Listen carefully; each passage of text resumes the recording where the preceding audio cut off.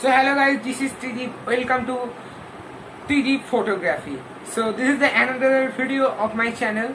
After a long time, now I am sharing a video with you people. So today's topic is importance of street photography. No. Today's topic is basics of street photography. Street photography करने के लिए कौन कौन सी चीजें, कौन कौन सी rules हम लोगों को मेंटेन करना चाहिए, आज के टोटल वीडियो में मैं आप लोगों के साथ ही ये डिस्कस करने जा रहा हूँ। तो अगर आप लोग चैनल में नए हैं तो जरूर चैनल को सब्सक्राइब कर देना एंड उसके बगल में जो बेल वाला आइकॉन है उसको प्रेस कर देना। इससे मैं जब भी कोई नया वीडियो पोस्ट करूंगा आप लोग उसको आसानी से पा जाएंगे। सो वीडियो लास्ट तक देखना। I hope you will enjoy it. So let's start.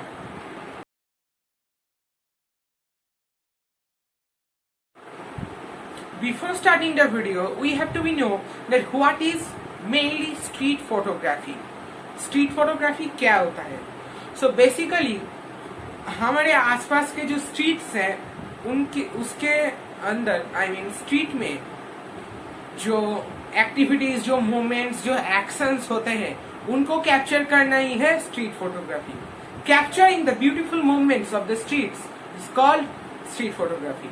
मैंने ब्यूटीफुल कहा क्योंकि मोस्ट ऑफ द शॉट्स हम चाहते हैं कि ब्यूटीफुल खींचे, बट बहुत सारे ऐसे शॉट्स रहते हैं जो सैड भी हो सकते हैं, मतलब दिखने में अच्छा, एक अच्छा स्टोरी कह रहा है बट उसका जो मीनिंग है वो बहुत सैड है, बहुत खराब है। तो वैसा कुछ इमेज खींचना ही है street photography. So basics of street photography का मतलब है कुछ ऐसे रूल्स जो हमको स्ट्रीट फोटोग्राफी खींचने के बाद मेंटेन करना चाहिए।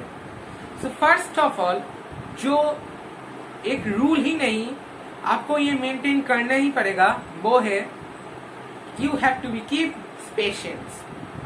अगर आप पेशेंस ना रखें आप कभी भी स्ट्रीट फोटोग्राफी कर नहीं पाएंगे, क्योंकि स्ट्रीट फोटोग्राफी में कब एक मोमेंट आएगा, कब एक ह्यूमन एलिमेंट आएगा, कब एक एक्टिविटी होगा स्ट्रीट के अंदर वो कोई नहीं जानता, कभी भी हो सकता है। तो आपको पेशेंस रखना पड़ेगा।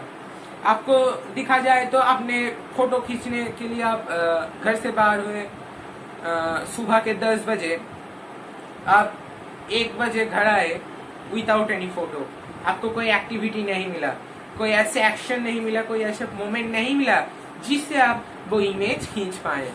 सो ये बहुत सारे इस तरह के प्रॉब्लम्स है जो आपको फेस करना पड़ेगा when you are doing a street photography.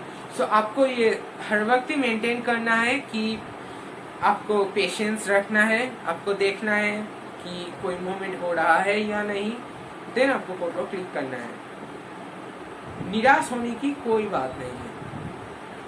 Everything is a game of time, everything is a game of earth. So keep patience. Second rule is the timing matters. Timing बहुत सा matter करता है। अब एक आदमी दौड़ता दौड़ता आ रहा है, देख रहे हैं कि कुछ ऐसा मोमेंट है जो कैप्चर किया जा सकता है, तो उसके लिए रोके मत, तभी उसको खींच ले अगर वो मोमेंट ठीक ठाक है तो। क्योंकि अगर मोमेंट ठीक ठाक नहीं रहा तो इमेज का कोई मीनिंग या इमेज कोई स्टोरी नहीं कहेगा।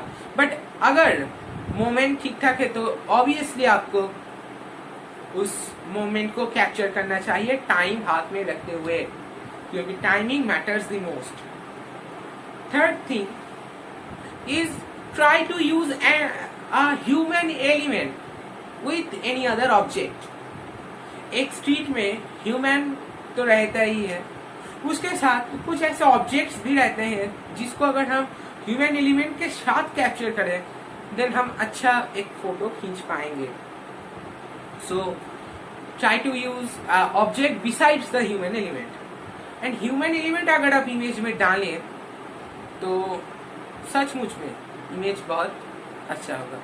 जैसे कि इस वाले इमेज में मैंने ह्यूमन एलिमेंट को यूज किया था। कैसे? मैं सैटरडे को मंदिर में गया था फोटो खींचने नहीं, फोटो खींचने मैंने बोला क्योंकि मैंने फोटो खींचा था। मंदिर में मैंने गया था, मैं पूजा देने मैंने माँ के साथ। मैंने देखा कि बहुत सारे ऐसे वुमेन या मेन है जो देवता को दिया दे रहे हैं, धूप दिखा रहे हैं, प्रणाम कर रहे हैं। सो मुझे लगा कि उस टाइमिंग में अगर मैं इमेज को खींच पाऊं देन मैं एक अच्छा इमेज ह्यूमन एलिमेंट को रखते हुए खींच पाऊंगा।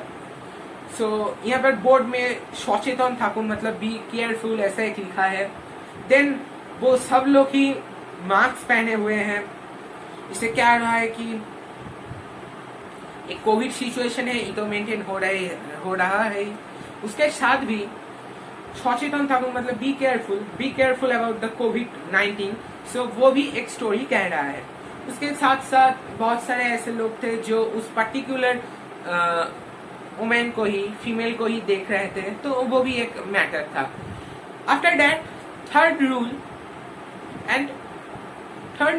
Rule and one of the basic rule is you have to be maintain the camera settings properly. Basically आप जब स्ट्रीट फोटोग्राफी कर रहे हैं उस समय आप अगर शटर स्पीड को एकदम मिडिल पोर्शन में रखें, let's suppose shutter speed 1/50 seconds, shutter speed 1/60 seconds, ऐसे अगर आप रखें देन आप एक अच्छा ड्रामेटिक स्टोरी टेलिंग इमेज पाएंगे।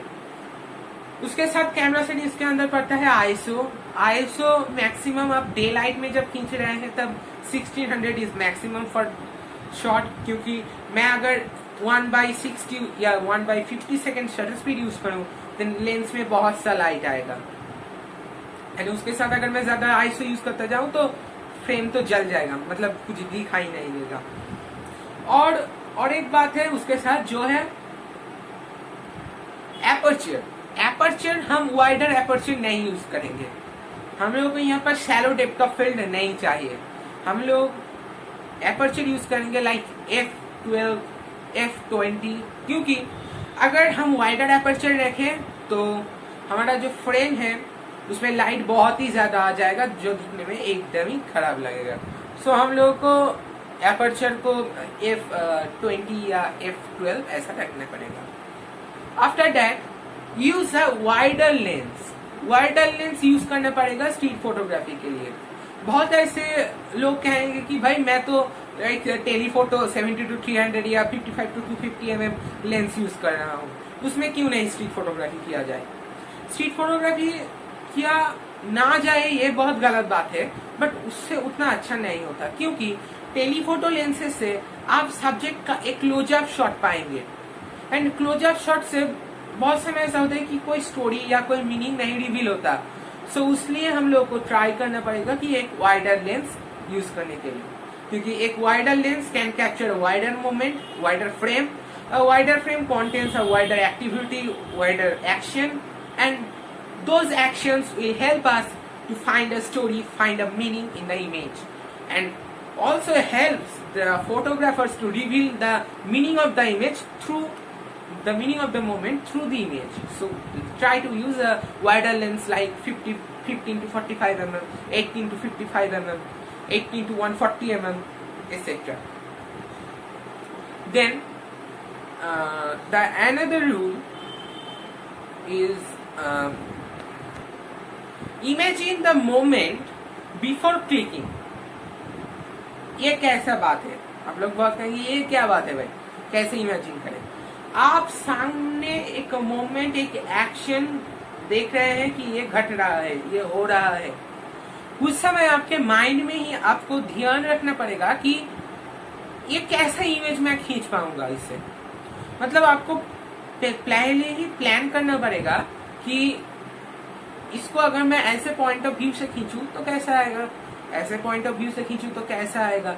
मतलब आपको various point of view, various angle of view अपने मन में ही ध्यान करना है, so that you can get a proper image. पहले इमेजिन कर लीजिए कि आप कैसे इमेज खींचेंगे, आफ्टर दैट क्लिक कीजिए, क्योंकि फालतू कैमरे के शटर को वेस्ट किया ला। Another rule is composition. Composition, everything, in everything composition matters the most. So composition आपको ठीक ठाक से मेंटेन करना पड़ेगा. अगर आप composition ठीक ठाक से मेंटेन ना कर पाए then you will find a problem in the image. आप स्टोरी नहीं रिवील कर पाएंगे, आप अच्छे से इमेज को नहीं व्यूअर्स के आंखों में डाल नहीं पाएंगे. आपको लगेगा कि ना इमेज में कोई मीनिंग नहीं है, कुछ नहीं है. तो ये आपको हर वक्त ट्राई करना पड़ेगा. और एक रूल जो मुझे पहले ही बोलना चाहिए था कि always try to click the image in a public place. ऐसी प्लेस में जहां हर इंसान जा पाए. ऐसे कोई प्राइवेट प्लेस में ना खींचे जहां पर कोई ना जा पाए. इससे क्या होगा कि वो एक स्ट्रीट फोटोग्राफ नहीं होगा. स्ट्रीट का मतलब ही है पब्लिक प्लेस और पब्लिक प्लेस का मतलब ही है street. So the place should be public place होना चाहिए. And another rule is use a compact camera. ऐसा एक कैमरा जो आप इजीली कैरी कर पाए एंड ऐसा एक कैमरा जो इंसान के आंख में उतना ना कैप्चर हो.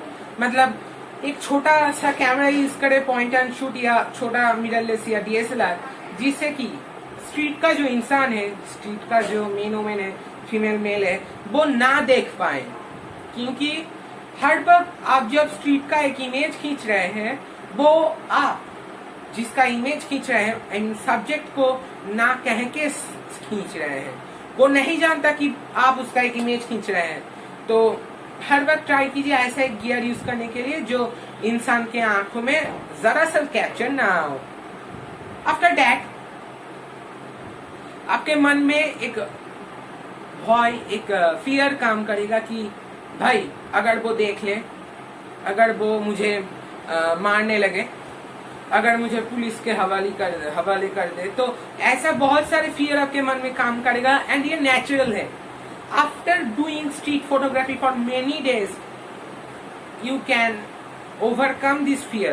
आप इस भय को, आप इस फियर को ओवरकम कर पाएंगे. पर स्टार्टिंग में एज अ बिगिनर आपको ये फियर आएगा ही. सो ये नेचुरल है, फियर आना ही चाहिए.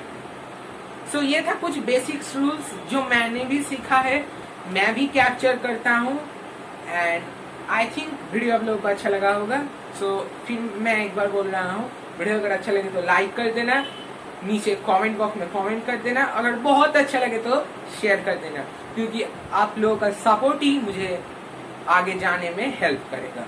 सो बाय बाय फॉर टुडे.